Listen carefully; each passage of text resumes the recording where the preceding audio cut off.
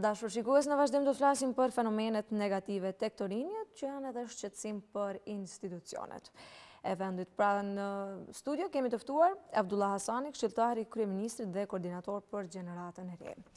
Mëngjesi, Avdullah, mirë se erdhe. Mëngjes, mirë se gjej. Atëherë, po nisim pasi që dim që ka qenë një seancë e jashtëzakonshme, ku është bërë edhe miratimi i rezolutës për ndalimin e lurave të fatit. Si e shihni ju këtë aspekt? Që është një shqetësim shumë i madh si për të rinjët ashtu edhe për shoqërinë. Absolut. Lojrat e fatit kanë qenë shqetësim ndër vite edhe për gjeneratën e re, si generatë më e prekur në Republikën e Kosovës, me qenë se shumë dukuri kanë ndikuar që edhe të rritë të jenë pjesë ose të shoqërohen me lojrat e fatit.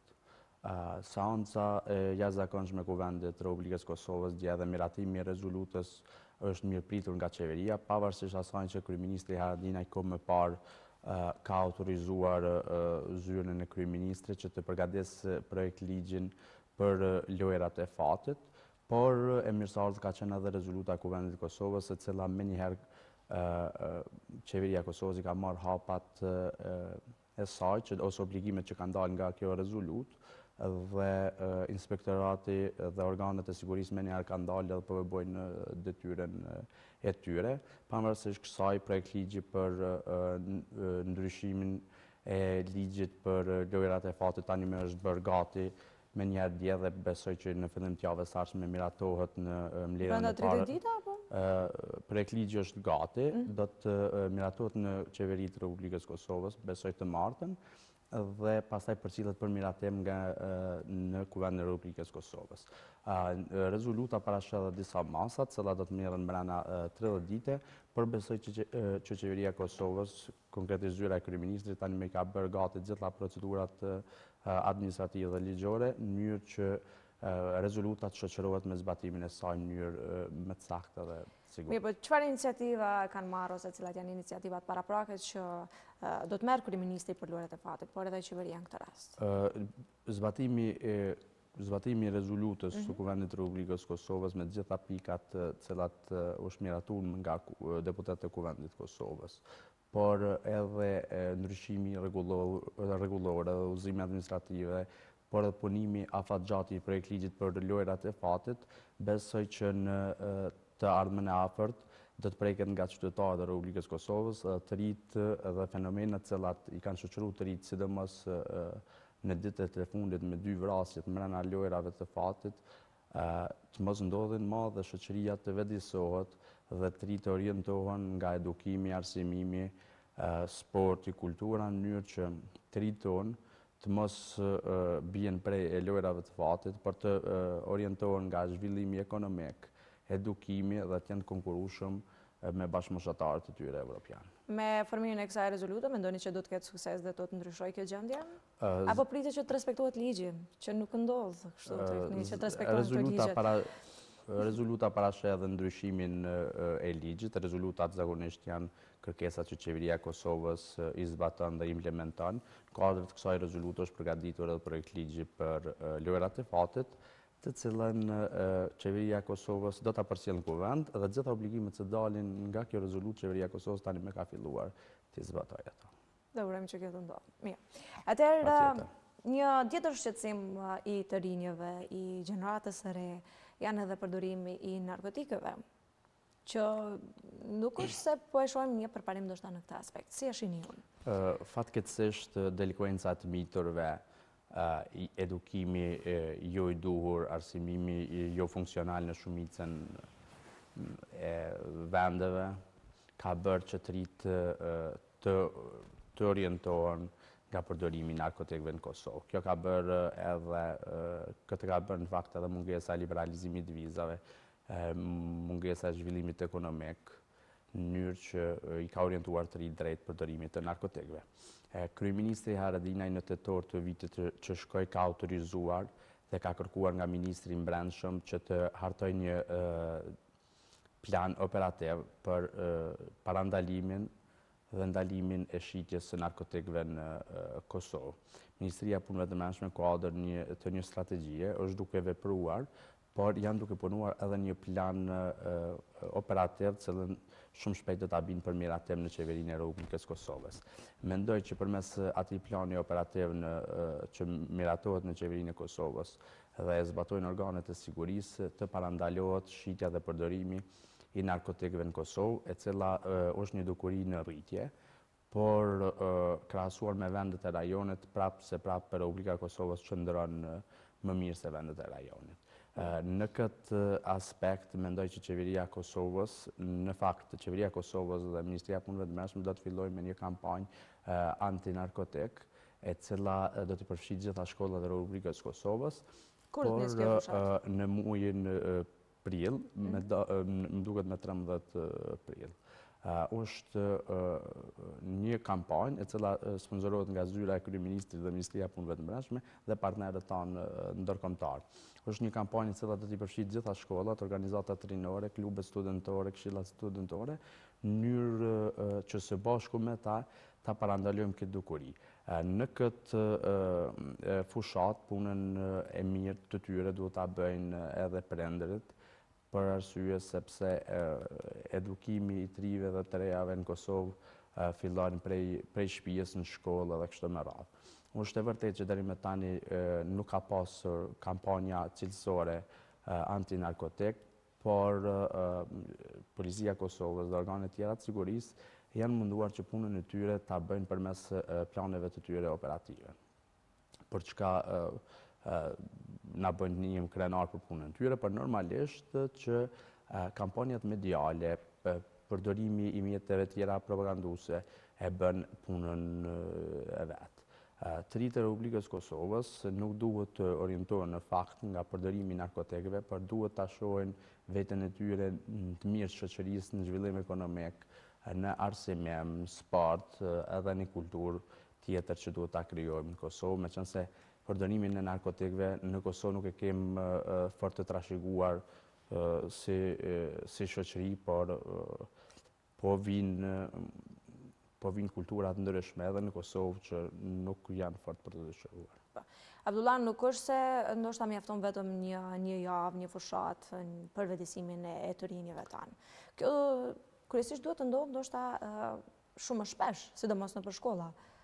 Gjë që mungon tek ne. Unë pajtohem që deri më tani nuk ka pasur ndonjë fushat konkrete që do të zgjasë. Unë mendoj që jemi në fazën finale, por kampanja duhet të zgjasë 24 muaj dhe të shërbejë si një task force antinarkotik në Kosovë.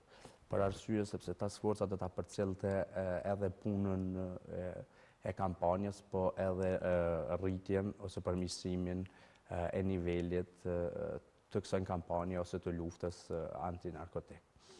Mendoj që përveç Policisë Kosovës me segmentet e veta operacionale duhet të përfshihen gjitha aktorë tjerë, sidomos ato që merren me siguri, po edhe institucionet edukative arsimore që detyrimisht kontribuojnë më shumë se iniciativat operacionale të Policisë Kosovës ose të organeve tjera të sigurisë. Po, as të rinjt nuk besoj që do të kishin qasje aq lehtë, po mos ishte kaq e lehtë, domethënë që qëndron problemi shumë lart. Kampanja dhe task forca antinarkotik tek trit dhe në shkolla, besoj që do të kontribuonte në parandalimin dhe ndalimin e shitjes së narkotikëve në Kosovë. Mirë, problem tjetër është edhe dhuna në shkolla, mungesa e liberalizimit siç e përmendët ju, pastaj arsimi jo cilësor. Mungesa e aktiviteteve po ashtu. Flasim pak ndoshta për problemet që mund të sjellin këto problematika. Liberalizimi i vizave që tashmë nuk është diçka që mund të kontribuojë qeveria e Republikës Kosovës, është një politikë evropiane që të gjithë ne jemi të njoftuar. Por detyrimisht liberalizimi i vizave, zhvillimi ekonomik deri më tani jo produktiv, hapja e vendeve të punës në sektorin privat, mungesa e studimeve me bursa jashtë vendit, që si pasojë e liberalizimit të vizave kem të ri dhe të rej aktivist të studentorë dhe të ri që ta nuk mund të marrin pjesë në konferenca ose samitet të rive në vendet evropiane për shkak të liberalizimit të vizave. aja që ja vlen përmendet është se kryeministri i Kosovës, zyra kryeministrit, por edhe ministri tjera, kanë aprovu kërkesa të rive për pjesëmarrje në konferenca ndërkombëtare dhe ide nuk e kanë se sa shumë kemi aprovu kërkesa, por cilët nuk kanë mujtë të zhvillojnë aktivitete në vende evropiane, po edhe në vende tjera, që shpesh herë për mungesë të liberalizimit vizave. E para është për shkak se tritë dhe studentët tonë nuk kanë ndonjë përvojë për pjesëmarrje shumë, nuk e kemë tradit në këto samite ndërkombëtare të rive dhe konferencat. Por që dëshira nuk mungon. Absolut, por vonohen në aplikim, ose tani periudha, ne aprovojmë 2 muaj ditë më herët para se më shku në konferencë, ndërsa këti duhen 6 muaj ditë ose 3 muaj ditë për një termin për me marrë pjesë në një samit ndërkombëtar të rive, ku përmes këtyre samiteve dhe konferenca normalisht që do të ishte zhvilluar dhe diplomacia publike dhe kulturore në botë. Dhe është bërë mundimshme realisht kjo puna e ambasadave, vizave. Unë ka shumë kohë që mirë me sektorin e rinisë, edhe në kuvend sa kam qenë edhe tani me qeveri. Realisht është bërë jo pak e mundimshme, për arsye sepse ti do të me një organizatë studentore, ose një këshill studentor, ose rinor, do të me vrapu për me siguru fondet për me marrë pjesë. Pastaj, kur ti t'japsh një siguri që për mbështet një aktivitet si institucione, a i ka dhe një 2-3 muaj ditë me ngojt mas vizave, për çka dhe që nuk dihet a del pozitive apo negative. E demotivan. Orientimisht deri me tani kem pas edhe si institucione, bashkëpunim me ambasada, po edhe vetë studentët, për tani her pas here po i vështirësojnë aplikacionet për viza, për çka po i pamundësojnë pjesëmarrjen në këto samite, cilat them drejt, institucionet e Republikës Kosovës nuk refuzojnë, po edhe nivelli lokal, komunat nuk i refuzojnë të rritë e komunave, ose kërkesat e tyre për me marrë pjesë në konferenca ndërkombëtare, qoftë studimore shkencore, qoftë të përfaqësimit, të sportit, të politikës, të aktiviteteve të shoqërisë civile. Nuk i kanë refuzuar për çka janë për të lavdruar. Për mungesa liberalizimit viza, po e bëhet vetën. Ndërsa të gjitha këto fenomene po ndikojnë dhuna në shkolla, ndoshta në vende dhe arsim gjëgjilësor, po ndikojnë që... Mungesa aktiviteteve, si që përmë. Absolut. Mungesa aktiviteteve kulturore në për shkolla. Edhe pse tashti Kosova ka filluar ta implementoj programin nacional për rini, të në kemë do fundet mjaftueshme për gara shkollore, dhe kështu po është në fazën e fillimit, dhe rezultatet do të shohim në fund. Se çfarë janë?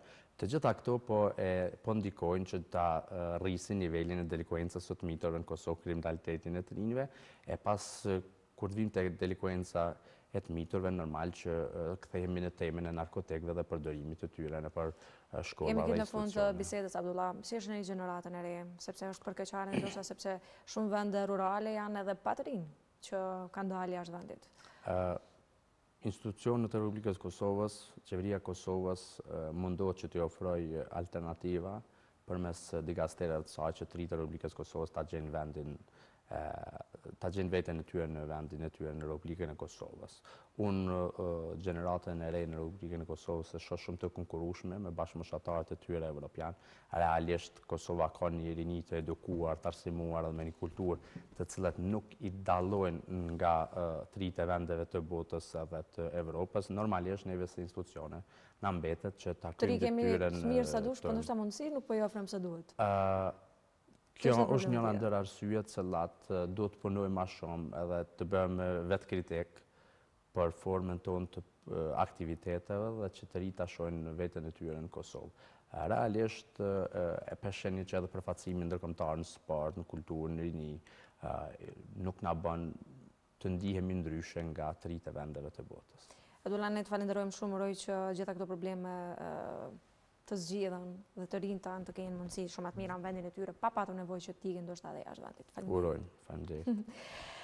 Të dashur shikues, nuk e dini se kemi kohë nga regjia, do të ndjekim edhe kronikën e librit ku sjellim 5 titujt më të kërkuar dhe që janë shtuar vitrinës së Mëngjesit.